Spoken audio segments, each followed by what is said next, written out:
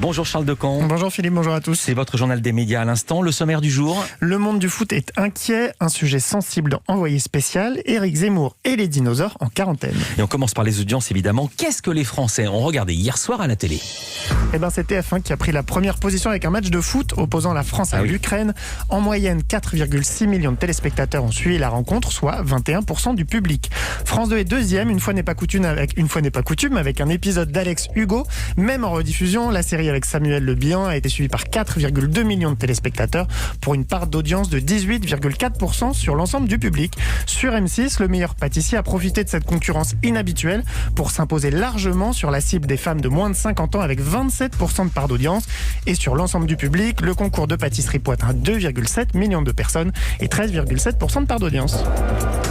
Culture Média. Et vous aviez commencé les audiences par le foot. On commence ce journal des médias par le foot. Les tensions entre Mediapro et la LFP, la Ligue de football professionnel. Mediapro, c'est le plus gros diffuseur du football français et donc son plus gros financier. Le groupe débourse 780 millions d'euros chaque année pour 8 matchs de Ligue 1 et 34 millions d'euros par an pour une partie de la Ligue 2. Tout ça est diffusé sur Téléfoot, la chaîne du foot. Sauf qu'hier soir, l'équipe a révélé que Mediapro avait demandé un délai supplémentaire pour régler son acompte du mois d'octobre, qui s'élève quand même à plus de 140 millions d'euros. La LFP a refusé et les clubs sont désormais inquiets car, faute de billetterie à cause du Covid-19, ces droits télé représentent une bonne partie de leur rentrée financière une fois que la LFP les leur reverse. Et le patron de Mediapro s'explique ce matin dans les colonnes de l'Équipe. Oui, ce n'est pas juste un report de paiement que le groupe espère, mais bien une renégociation complète des termes même du contrat. Évidemment, Mediapro met en avant la pandémie et ses conséquences financières pour réclamer cette renégociation. Le contrat a été établi dans des conditions qui n'ont rien à voir avec la situation actuelle. C'est évident, il faut en parler. Voilà ce qu'a expliqué le patron de Mediapro. Il a également précisé que la Ligue avait donné son accord pour entamer des discussions et qu'elle s'était tournée vers le gouvernement pour réclamer une aide afin de compenser ces pertes. Une aide gouvernementale pour le football. Direction la Biélorussie pour un reportage exceptionnel ce soir dans Envoyé spécial. Je m'appelle Andrei Vaitovich, j'ai 26 ans, je suis journaliste. Depuis 2 mois, je couvre pour les médias francophones les événements qui secouent mon pays. Je travaille clandestinement. Aucun journaliste étranger n'est accrédité par le pouvoir. Ceux qui essayent de rentrer sont arrêtés et expulsés. Les manifestations se poursuivent en Biélorussie depuis la réélection cet été d'Alexandre Loukachenko. Je rappelle que le vote est considéré comme frauduleux par l'Union européenne, notamment que des sanctions ont été prononcées suite à la répression à l'encontre des manifestants qui demandent le départ du président. C'est dans ce contexte très tendu qu'Andrei Vaitovich a tourné ce reportage pour Envoyé spécial. Donc il l'a dit, il est le seul journaliste francophone présent sur place et il a expliqué à Louise Bernard à quel point il était difficile d'informer dans ces conditions.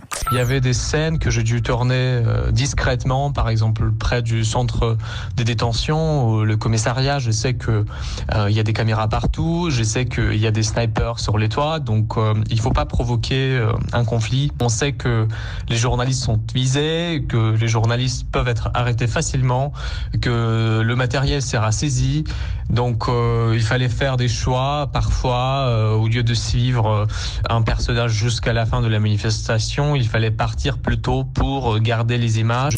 Le reportage s'intéresse en particulier à la jeunesse biélorusse, comment elle s'organise, comment elle lutte pour l'avenir du pays et pour sa liberté. Andrei Vaitovich a interviewé plusieurs de ces jeunes qui témoignent dans le sujet et il avoue être inquiet pour leur avenir.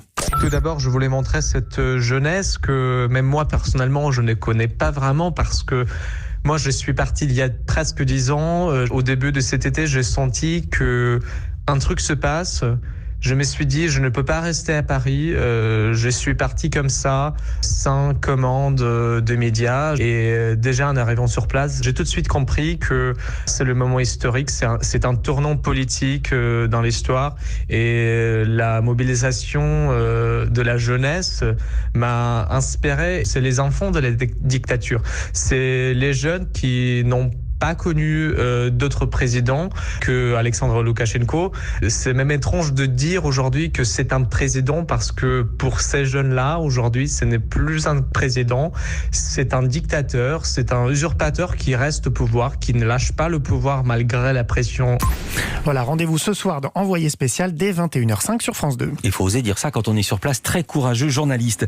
Éric Zemmour, privé de plateau sur CNews et sur Paris Première. Alors non, les deux chaînes n'ont pas sévi suite aux propos propos du polémiste la semaine dernière sur les migrants isolés. Éric Zemmour a beau faire l'objet de plusieurs plaintes depuis la semaine dernière, il est toujours à l'antenne, dans Zemmour et Nolo chaque mercredi en prime sur Paris Première et dans Face à l'info tous les soirs sur CNews. Sauf qu'hier, il a tourné les deux rendez-vous à distance des autres intervenants.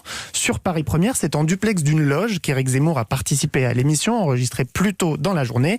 Et sur CNews, il était en direct d'un bureau isolé de la chaîne pour donner son avis sur l'actualité. Voilà comment Christine Kelly, qui anime l'émission, a présenté la chose. Bonsoir à tous, bonsoir messieurs, bonsoir à Éric Zemmour qui est exceptionnellement ce soir un peu loin mais proche en même temps par FaceTime. Vous n'avez pas pu être avec nous mais vous êtes là quand même, hein, rassurez-nous. Vous nous entendez ? Je vous entends très bien. Parfait. Qu'est-ce qui se cache ? On va parler avec vous, Éric Zemmour, derrière la défense du bien-être animal. Voilà, vous vous en doutez, si les deux émissions en sont arrivées là, c'est à cause d'une suspicion de Covid. Éric Zemmour était fiévreux hier, selon le Parisien, et toutes les précautions ont été prises pour qu'il ne contamine pas son entourage. Un test PCR a été réalisé dans la matinée. En attendant le résultat, toute l'équipe de Face à l'info est en quarantaine et des tests sont organisés du côté des équipes de Zemmour et Nolo. Et le retour du feuilleton du Covid, on en parlait déjà hier. On en reparle aujourd'hui. Le Covid-19 frappe à nouveau Jurassic World 3. Alors hier, je vous annonçais le décalage de la sortie du troisième volet de la saga Jurassic World. Il verra le jour au printemps 2022 alors qu'il était à l'origine attendu en 2021. En cause, c'est pas un retard de tournage, mais un embouteillage de grosses sorties qui sont désormais prévues au printemps 2021 entre le nouveau James Bond et Fast and Furious 9. Je vous disais même que Jurassic World avait été l'un des premiers blockbusters hollywoodiens à reprendre le tournage suite à la mise en place de mesures sanitaires qui auraient coûté 5 millions de dollars au studio Universal. Omar Sy, Chris Pratt, Bryce Dallas Howard ou encore Sam Neill ont repris le travail dès le mois de juillet. Tous ont été logés dans un hôtel entièrement privatisé par Universal et 27 000 tests ont été réalisés depuis sur toute l'équipe. Mais on a appris hier soir que ces mesures drastiques n'ont pas suffi. Plusieurs membres de l'équipe ont été testés positifs au coronavirus. Résultat, alors que le tournage devait se terminer dans 3 semaines, tout a été interrompu pour les 2 semaines à venir. Mais bon, rien de dramatique. Avec une date de sortie prévue en 2022, Jurassic World 3 peut se permettre de prendre 15 jours de retard. Et puis Charles, on en parlait également hier et on en reparle aujourd'hui. Facebook continue de sévir face au contenu dangereux. Hier, je vous disais que le réseau social allait bannir toutes les pages et les groupes liés à la mouvance complotiste d'extrême droite. Aujourd'hui, c'est en prévision des tensions post-élection américaine que Facebook se prépare. Vous l'avez sans doute entendu, Donald Trump assure depuis des semaines qu'une fraude électorale sans précédent se prépare. Ouais, le vote par correspondance, dit-il. Voilà, donc beaucoup appréhendent que des candidats publient des spots publicitaires dès le 3 novembre, date de l'élection, pour clamer leur victoire ou appeler à la révolte en cas de défaite, et ce, avant la publication de résultats définitifs. Du coup, Facebook va interdire toute publicité politique pendant au moins une semaine après le 3 novembre. Cette interdiction s'ajoute à celle que le réseau social avait déjà mise en place pour la semaine avant les élections pour éviter que des fake news pullulent à quelques jours du scrutin.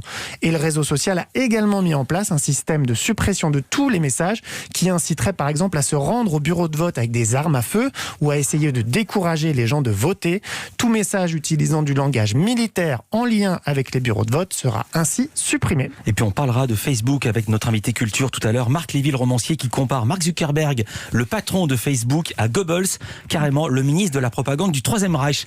Merci beaucoup Charles Decamp, on vous retrouve demain pour un nouveau journal des médias. Notre